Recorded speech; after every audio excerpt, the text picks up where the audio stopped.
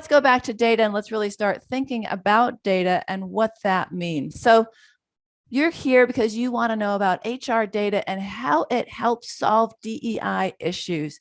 Now, you may be saying, Ann, I'm HR. I'm not a data person. You may be saying, Ann, I'm talent development. I'm OD. I'm a coach. I'm not a data person. And what we like to say is everybody is a data person. If you have some kind of device that tracks your fitness, you are a data person. If you have some kind of device that tracks you on social media, you are a data person. You may not think of it, but we are all data people, and we can all use data to make data-driven decisions rather than biased decisions.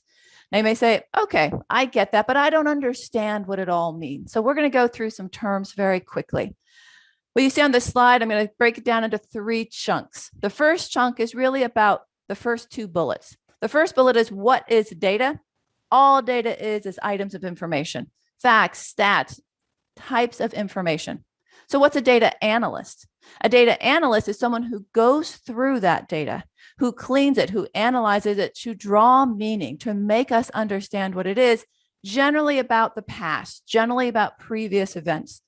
What else do we have on this slide? We're talking about the next 2 bullets. Now, the next 2 bullets tend to go a little bit to the future.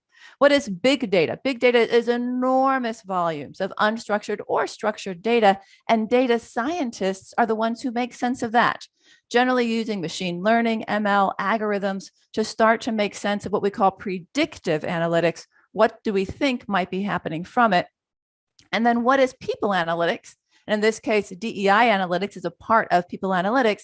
That is using both the small data and the big data, using data analysts and data scientists to start to make decisions about DEI, diversity, equity, inclusion, and the workforce in general. Here are some terms that we can start to think about.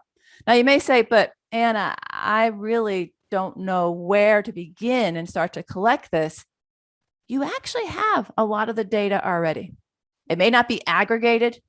It may not be synthesized. Maybe you didn't make sense of it. Maybe it's not integrated yet.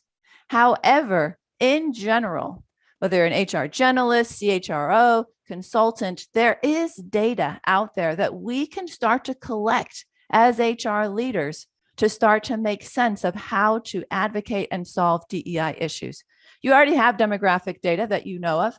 You already have employee engagement data. Maybe it's from a survey, maybe it's from a pulse. If you're from the federal government, it's something that we call FES, which is the Federal Employee Viewpoint Survey. So think of industry employee engagement surveys. You know who's applied and what happened to those applicants. You know what your compensation is.